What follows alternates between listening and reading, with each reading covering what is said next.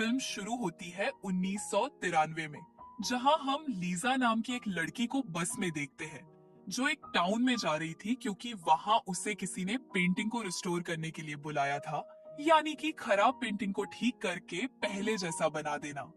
यही लीजा का काम था। इस बस में 3 दोस्त भी जा रहे थे। इनमें 2 लड़कियां और एक लड़का था जिनकी लीजा से काफी अच्छी दोस्ती हो जाती है। इनमें एक लड़की का नाम ट्रेसी था। ये तीनों ही साइंटिस्ट थे जो उसी टाउन के एक गांव में जानवरों पर रिसर्च करने के लिए जा रहे थे। रात को ये सब उस टाउन पर पहुंच गए। लीजा को तीनों के साथ काफी अच्छा लगा, इसलिए वो कहती है क्यों ना काम से फ्री होने के बाद हम कहीं घूमने चले जाए। इस पर ट्रेसी कहती है कि कुछ दिन तक हमारा काम बिल्कुल खत्म हो जाएगा, फिर मिलते हैं। और हाँ, हम एक बार में मिलेंगे जो करीबी है। अब ये तीनों तो जंगल की तरफ चले गए जबकि लीजा होटल के लिए निकल जाती है। अगले दिन लीजा एक बस स्टॉप पर बैठकर बस के आने का इंतजार कर रही थी ताकि वो उस मेंशन में जा सके जहां उसे पेंटिंग को रिस्टोर करने के लिए जाना था। तभी उसके पास एक लड़का आकर कहने लगा, मैडम, आप यहाँ बेकार बैठी हैं, इधर कोई बस नहीं आ रही है, और वैसे आपको कहाँ जाना है?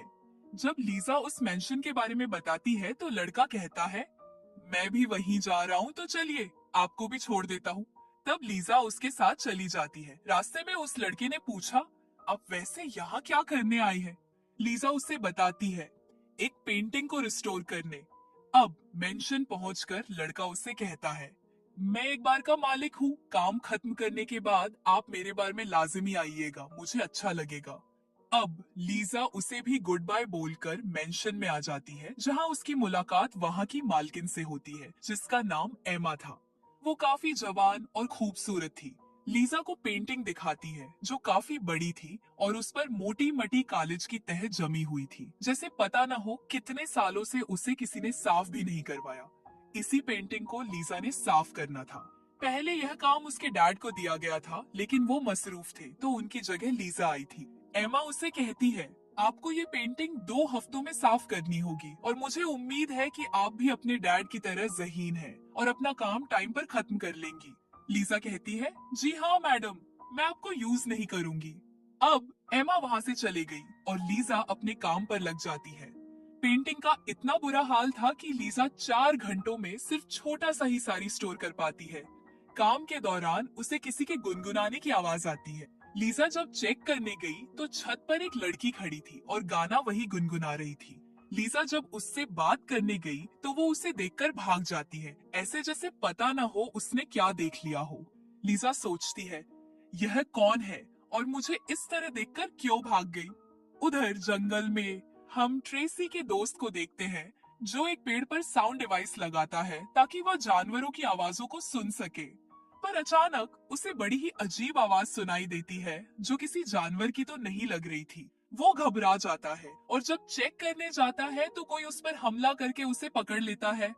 उसकी चीख की आवाज सुनकर दोनों लड़कियां भी अपने टेंट में जाग जाती है। उन्हें लगता है कि जरूर हमारे दोस्त को कुछ हो गया है, इसीलिए ट्रेसी की फीमेल फ्रेंड उसे चेक करने जाती है। वहाँ उसे अपने दोस्त का कैप पड़ी हुई मिल जाती है जिस पर खून लगा हुआ था। घबराते हुए वो वापस आती है और ट्रेसी को बताती है कि यहाँ कोई गड़बड़ है और हमें पुलिस को कॉल करनी चाहिए। मगर कुछ और बताने से पहले कोई पीछे से आकर उसे भी पकड़ लेता है। यह देखकर ट्रेसी काफी डर जाती है, मगर अगले ही पल कोई उसे भी मारकर बेहोश कर देता है। जब ट्रेसी को होश आता है तो वो खुद को एक जेल जैसी जगह पर बंद देखती है जहां वो अपने दोस्तों को भी देखती है जो भी लॉकअप में बंधे हुए हैं। यह जगह बहुत ही गंदी और काफी पुरानी थी। यहाँ चूहे रेंग रहे थे और इन लॉकअप वाली जगह के बीचों बीच एक कुआं भी था। वहाँ पर पहले से ही एक आदमी को कैद करके रखा हुआ था जिसकी हालत बहुत खराब थी।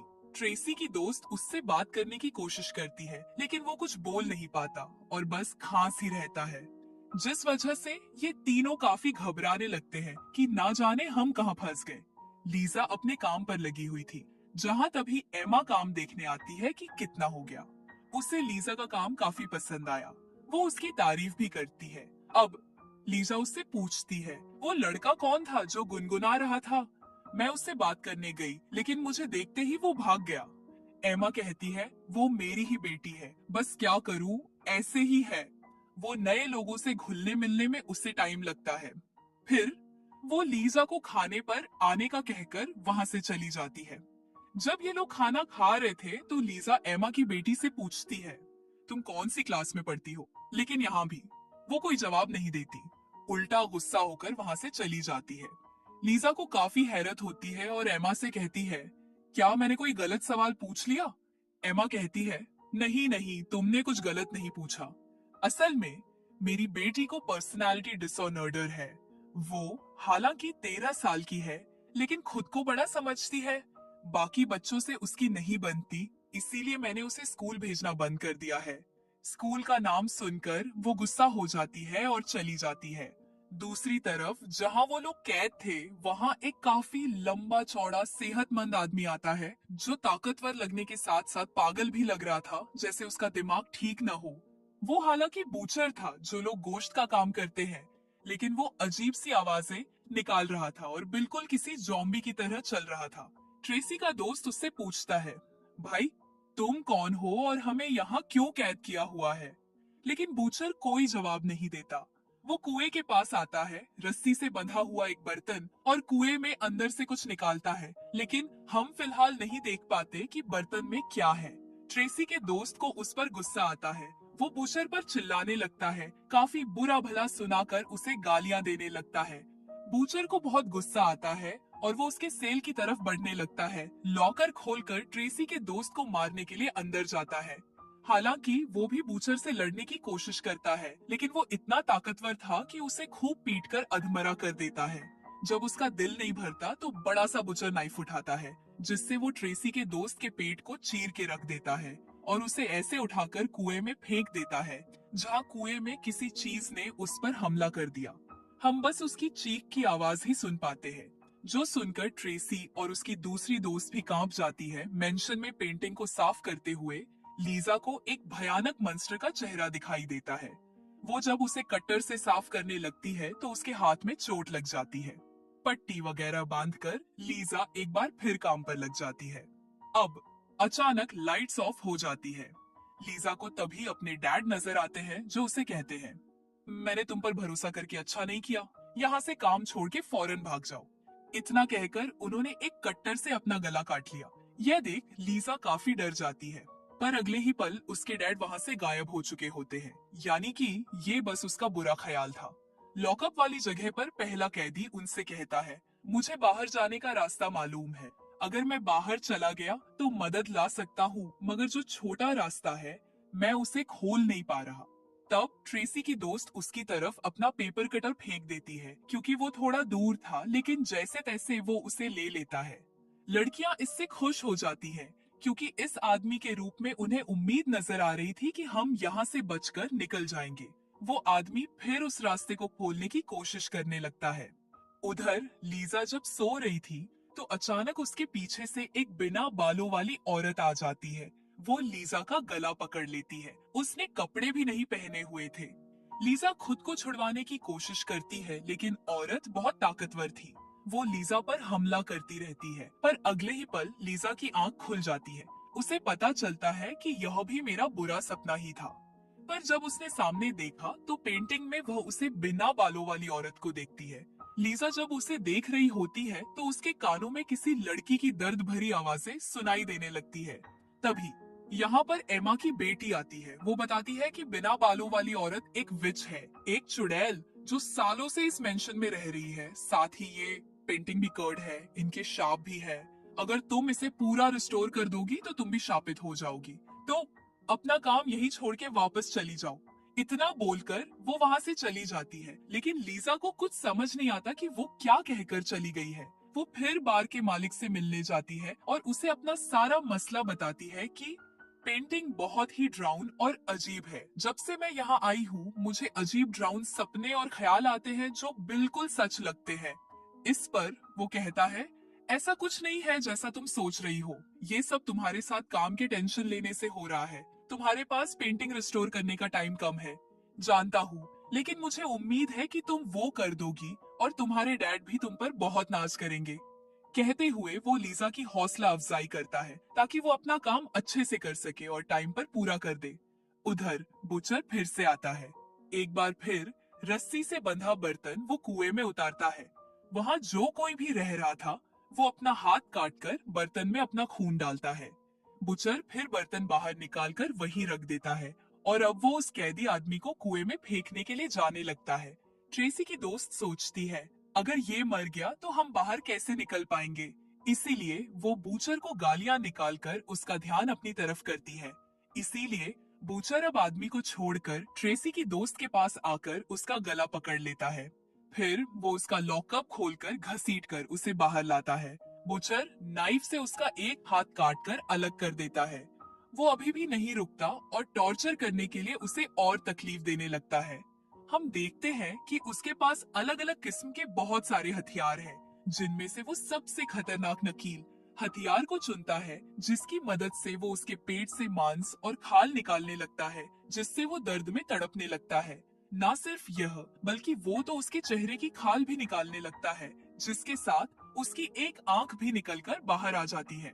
फिर वो उसे उठाकर कुएं में फेंक देता है और कुएं में जो भी चीज रहती थी या हम पहली बार उसे देख पाते हैं, ये दरअसल एक भयानक क्रिएचर था जो दिखने में भी काफी डरावना लग रहा था और इसकी शक्ल पेंटिंग वाले क्रिएचर से मिलती जुलती थी।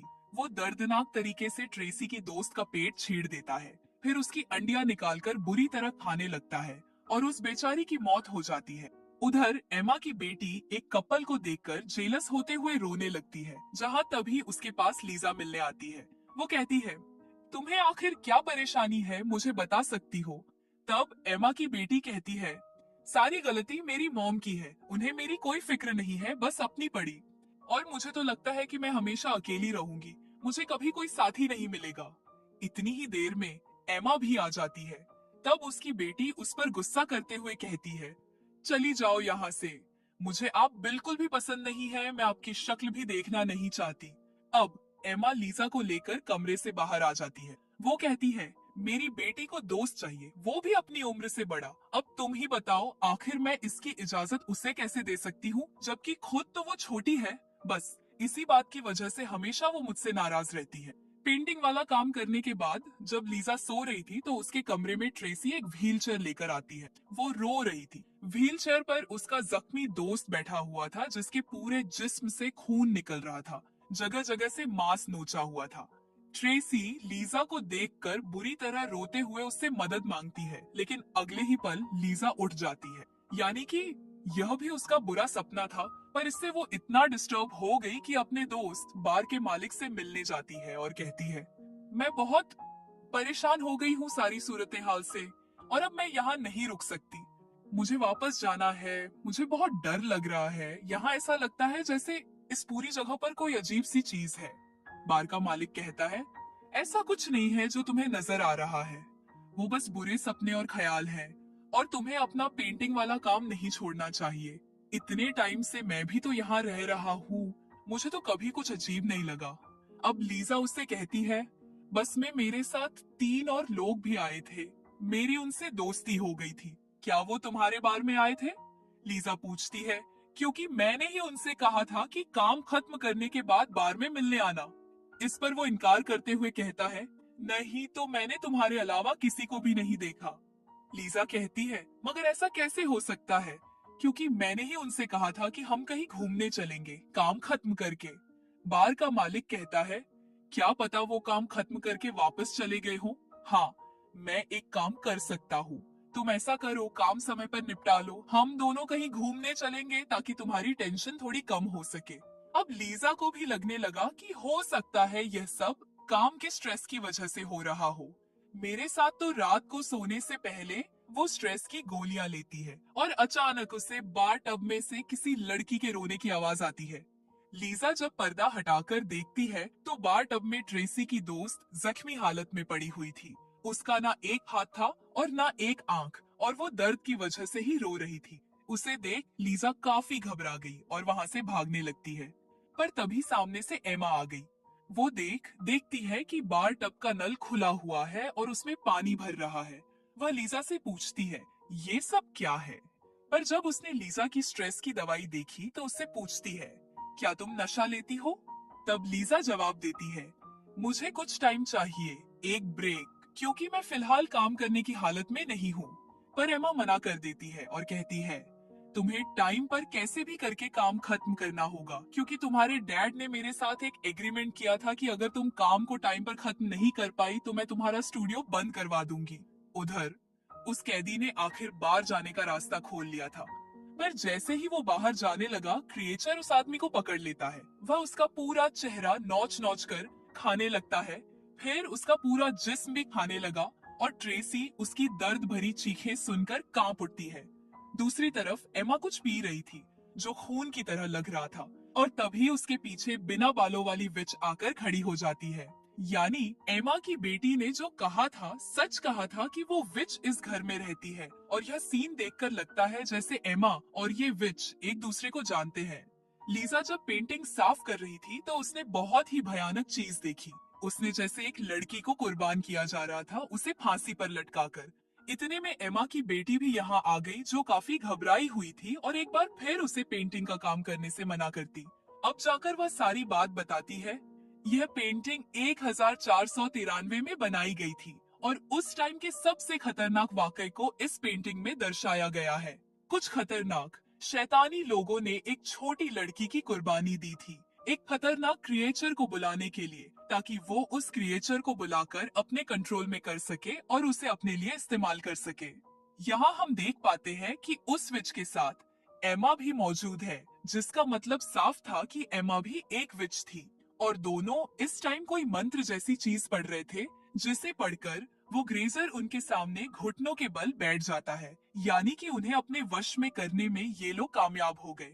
अब एमा की बेटी लीजा को बताती है, उस टाइम इस कर्स को मेरी माँ ने जिंदा किया था और उसे अपने कंट्रोल में इसलिए किया था ताकि वो क्रिएचर का खून पीकर हमेशा जवान और खूबसूरत बनी रही। यानी कर्स मेरी माँ के लिए शिया आपसे ज्यादा कोई खजाना था। उन्होंने अपने साथ साथ मुझे भी ये कर्स लगा दिया था जब मेरी माँ ने वो सब किया था। उस टाइम मेरी उम्र 13 साल थी। कर्स की वजह से मेरी उम्र 13 साल पर ही रुक गई। लेकिन हाँ, आज रात इस कर्स का असर खत्म होने वाला है, क्योंकि उस टाइम भी रेड मून की रात थी और आज भी रेड मून की ही रात है। अगर आधी रात को चांद की रोशनी इस पूरी रिस्टोर पेंडिंग पर पड़ गई तो फिर यह कर्स एक बार फिर पूरे 500 सालों के लिए जिंदा हो जाएगा। इसीलिए फिर एमा की बेटी कहती है, पेंटिंग का काम यही खत्म कर दो।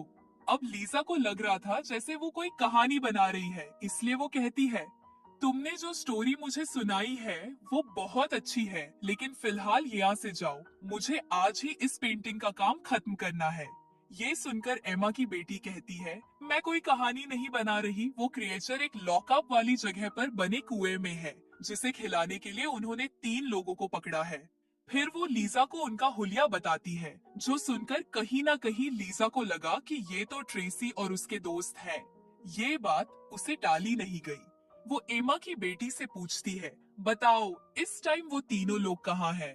तब एमा की बेटी उसे अपने साथ ले जाती है और उसे एक खुफिया दरवाजा दिखाती है, जहाँ से वो अंदर लीजा को उसी बूचर को दिखाते हुए कहती है, उनके लिए लोगों को पकड़ पकड़ कर लाने का काम यही करता है।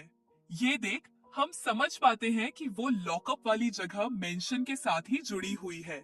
बूचर उस क्रिएचर को खाना खिलाने जाने ही वाला था कि तभी एमा की मॉम अपनी बेटी को आवाज लगा लेती है, तो तुम्हें वहाँ से जाना पड़ेगा। तो अब लीजा अकेली अंदर जाती है। उसे वहाँ एक काफी पुराने टाइम का हथियार मिलता है, जिसे लेकर वो बूचर का पीछा करने जाती है, पर तभी उसका पैर कुछ सामान से टकरा जाता है, जिससे आवाज पैदा होने की वजह से बूचर अलर्ट हो गया। हाथ में चाकू लिए वो चेक करने जाता है। लीजा काफी डर गई थी। वो फौरन एक जगह पर छुप जाती है। बूचर जब वहाँ आया तो उसने देखा कि वहाँ चूहे थे। उसे लगा कि शोर इन्हीं से आया होगा, तो लीजा को बिना देखे ही वो यहाँ से चला जाता है। वो अब ट्रेसी के लॉकअप की तरफ बढ़ा, लेकिन उसे क्रिएचर को खिलाने से पहले वो उसके साथ गलत हरकत करने की कोशिश करता है। ट्रेसी उसके घुटने पर जोर से टांग मारती है और उठकर वहाँ से भागने लगती है, मगर उस बेचारी को ठोकर लग जाती है। वो गिर जाती है और एक बार फिर पकड़ी जाती है। अब बूचर उसे टॉर्चर करने के लिए अपना बूचर नाइफ उठाता है और उसी आग में अच्छे से गर्म करके वो ट्रेसी के चेहरे पर लगाता है। वो बेचारे दर्द में तड़पने लगते हैं, क्योंकि उसका पूरा गाल जल गया था।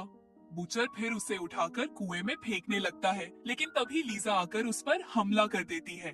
ट्रेसी उसके हाथ से छूट जाती है, मगर वो कोट के किनारों को पकड़ लेती है। अब बूचर और लीजा को मारने के लिए आगे बढ़ा, लेकिन लीजा उसे मार मार कर जख्मी कर देती है। जब वो नीचे पड़ा हुआ था तो लीजा ट्रेसी को कुएं से निकाल लेती है और दोनों भागने लगते हैं। बूचर को जब होश आया तो उसने देखा कि अब तो क्रिएचर को खिलाने के लिए कोई भी नहीं रहा। तभी क्रिएचर टाइम पर खाना न मिलने की वजह से कुएं से बाहर आ जाता है। वो बूचर को काटने लगता है और उसे नोच नोच कर खाने लगता है। लीजा और ट्रेसी जब मेंशन से भागने लगती है तो सामने से क्रॉस बो लिए बार का मालिक आ जाता है। दोनों उसी मदद की मांग करते हैं, लेकिन वो उल्टा क्रॉसबो से उन पर ही हमला कर देता है। उसका तीर ट्रेसी के मुंह में जा लगाता है, जिससे वो ही खत्म हो जाती है। फिर वो क्रॉसबो दिखाते हुए लीजा को वापस मेंशन के अंदर ले जाता है, जहां कर से जुड़े सारे लोग लीजा का इंतजार कर रहे हैं और जबरदस्ती उसी पेंटिंग को साफ करने का कहते हैं। लीजा जब अपना काम कर रही थी तो उसे पेंटिंग में एमा के साथ साथ बार का मालिक भी दिख जाता है, जिससे वो समझ गई कि ये भी कर्ज का हिस्सा है, क्योंकि वो बार बार लीजा को पेंटिंग का काम खत्म करने के लिए उसकी हौसला अफजाई कर रहा था। अब लीजा को वो स्पेल्स, वो मंत्र भी दिखने लगे, जिन्हें पढ़कर ही इन लोगों ने क्रिएचर को अपने कंट्रोल में कर पकड़ लिया था। तभी एमा की बेटी यया आकर लीजा को पेंटिंग से हटा देती है। उसने हाथ में मोमबत्ती पकड़ी हुई थी क्योंकि वो पेंटिंग को जड़ने वाली थी, लेकिन एमा उससे ऐसा करने से मना करती और कहती है, मेरी बेटी, ये सब मैं तुम्हारे लिए ही तो कर रही हूँ। इस पर वो कहती है, नहीं, मेरे लिए नहीं, बल्कि आप खुद के लिए कर रही है। मेरी उम्र हालांकि इतनी ज्यादा है कि मैं बूढ़ी हो गई हूँ, लेकिन कर्ज की वजह से मेरी आत्मा एक बच्चे के अंदर कैद है और आपने मुझे भी इस श्राप से भरी जिंदगी गुजारने पर मजबूर कर दिया है। इससे मैं बिल्कुल खुश नहीं, बहुत तंग हूँ। तब एमा बार के मालिक से कहती है, मेरे बेटे को भी मारो। वो जब आगे बढ़ा तो उसे मारने के लिए कहता है कि तभी बीच में लीजा आ गई। लीजा पेंटिंग वाला लोशन बार के मालिक के मुंह पर गिरा देती है। ये देख एमा उसके हाथ से क्रॉसबो लेकर लीजा पर हमला कर देती है और उसे तीर मार देती है।